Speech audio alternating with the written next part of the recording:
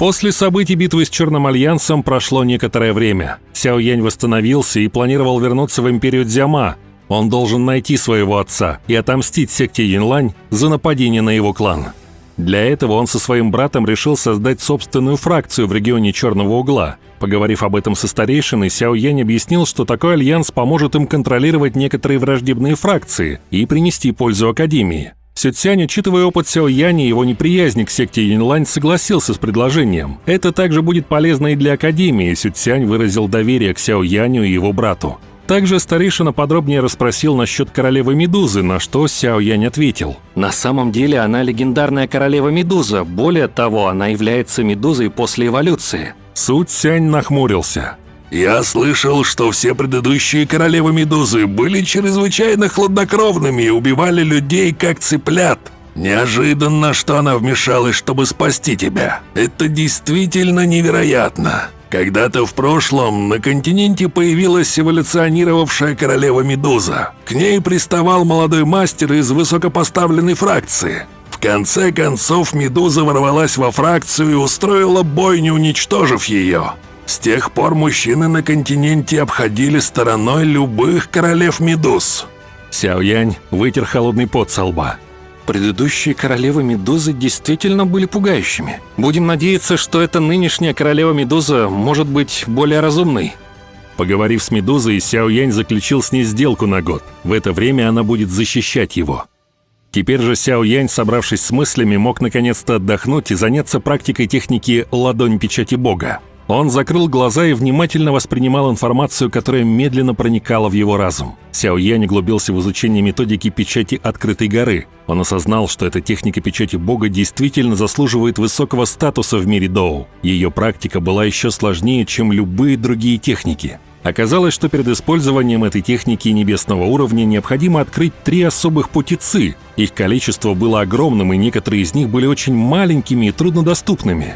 Кроме того, они были крайне хрупкими и могли лопнуть при небольшом воздействии.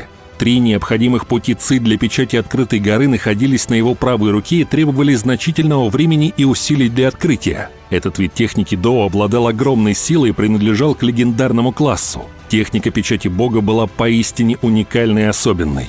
На этом этапе ему оставалось только пытаться практиковать, несмотря на сложности и вызовы, с которыми он столкнулся. Открытие путей Ци было крайне болезненным процессом. Сильная боль, вызванная расширением и очищением Ци, была нечеловеческой. Сяо Янь был поражен, наблюдая, как его пути Ци медленно разблокируются. Кости, мышцы и все остальное было полностью очищено в это время, став намного прочнее, чем у других экспертов с той же силой. Таким образом, пути Ци в его теле медленно открывались, и через 5 дней после начала тренировки он, наконец, сделал первый шаг в практике печати Открытой горы. Второй путь Ци был открыт без происшествий примерно через 10 дней после открытия первого. Сяо Янь был счастлив до небес и не мог скрыть своей радости. Он понимал, что если он продолжит в таком же темпе, то сможет завершить открытие всех путей Ци в течение месяца и, наконец, начать официальную практику печати Открытой горы. Время тихо текло в глубине гор. Медитация помогла Сяо Яню создать спокойную и благоприятную среду для тренировок. Его разум и тело были полностью сосредоточены на достижении его цели. Точно через месяц Сяо Янь стал на вершине горы с закрытыми глазами. Внезапно он их открыл. В его глазах засверкало свечение, которое затем исчезло. Он медленно поднялся с огромной скалы, вздохнул глубоко и осознал, что 3 пути Ци были успешно открыты. Он был удивлен своим прогрессом и понимал, что это был впечатляющий результат, который даже в клане Сюнер был бы высоко оценен. Счастливо улыбаясь, Сяо Янь сформировал странную печать перед собой. Он чувствовал, что она излучает огромную силу. Это был следующий этап его практики – официальное освоение печати Открытой горы. Выражение лица Сяо Яня стало торжественным, когда он сформировал печать своей правой рукой и громко крикнул: «Открой горную печать!»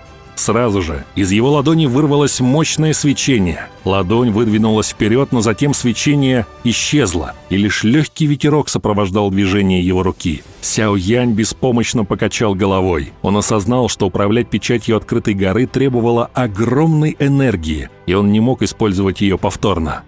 5 дней прошло с момента открытия 3 путей Ци. За эти дни Сяо Янь не добился больших успехов в практике печати. Эта техника оказалась намного сложнее, чем он предполагал. Для полноценного использования силы печати Открытой горы необходимо было синхронизировать циркуляцию Дао Ци в своем теле с формированием печати. В противном случае, как произошло сейчас, энергия быстро исчезала из-за неправильной координации, его сила снижалась до минимума.